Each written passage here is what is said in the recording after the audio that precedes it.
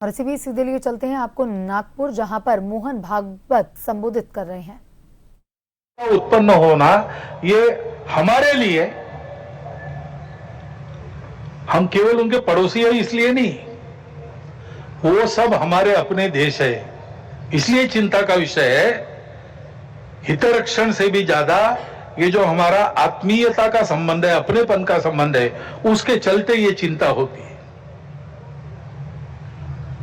परिस्थितियां ऐसी है, जैसा मैंने कहा, दोनों प्रकार है।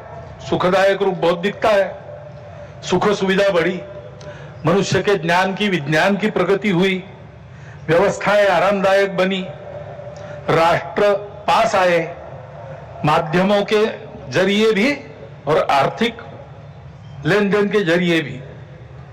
परंतु इस परिवर्तन की, विज्ञान और तकनीकी की गति इतनी ज्यादा है कि मनुष्यों की गति का बदलने की और उसका तालमेल नहीं बैठ रहा है। इसलिए भी मनुष्य जीवन में कई प्रकार की समस्याएं, युद्ध, अन्य छोटे बड़े कलह, ये तो सब चल ही रहे।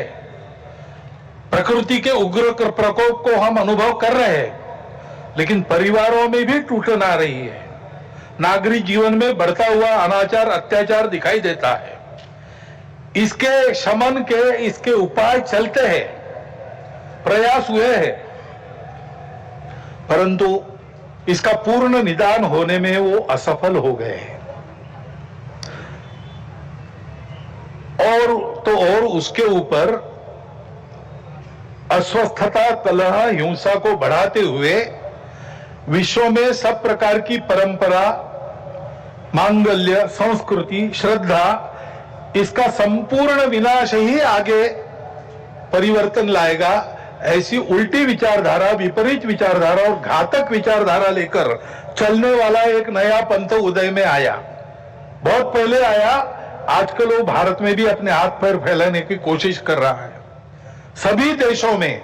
उसके कारण जो समाज जीवन की अस्त व्यस्त अवस्था हुई है और एक तरह से अराजकता की ओर सारा समाज बढ़ रहा है, ऐसी संभावना दिखती है। उसका अनुभव सब देशों में हो रहा है और इसलिए इन सारी परिस्थितियों को लेकर विश्व जब पुनर्चिंतन करता है तो वो भारत की ओर अपेक्षा से देखता है। भारत इसका कोई उपाय निकाले, ऐसे विश्व में भी अपेक्षा है।